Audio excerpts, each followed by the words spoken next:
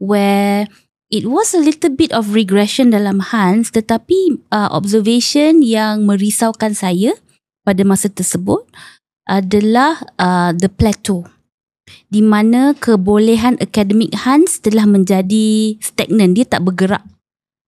Where we know for a fact Hans boleh membaca and sight memorize perkataan yang panjang. Dia boleh point to words, tetapi untuk mengeja memang susah. So he was doing cat, bat, hat, I think for 6 months, 7 months, dan dia membuat addition sampai dia dah tak tahan tengok kertas tu, dia hancurkan, koyakkan dan baling. So he was coming out as behavioural issues in the classroom as well dengan cikgu. So bila cikgu buat review dengan saya for the first time, I said okay, maybe cikgu berhenti, jangan buat maths dengan Hans untuk 3 months, stop completely, and the cat, bat dan hat pun just pause untuk seketika.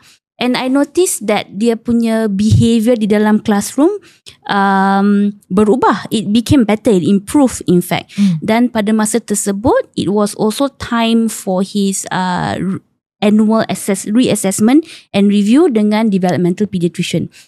So dalam fikiran Desiree, dia tak boleh mengeja, tapi dia boleh sight memorize. Okay. Dia tak suka maths. So the two things that came to my mind to prompt the developmental peds was to tell her, doktor, saya rasa maybe kena reassess Hans untuk maybe dyslexia and dyscalculia. So doctor said, okay, jom kita buat a small test. Depan mata saya ya, the doctor ambil kertas dengan colour pencils, simple addition, 3 plus 4 with colour pencils.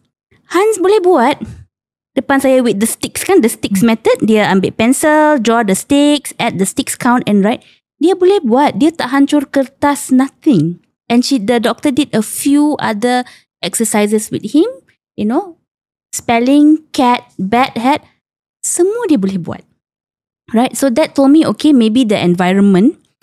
And the other thing then doctor said was, actually it is dyspraxia and dysgraphia. Bermaksud motor halus, the fine motor skill. So cuba bayangkan dalam kelas, bila Hans dah membuat kerja lain lah, ada fine motor skills pun exercise, then you ask to write cat, bat dan hat.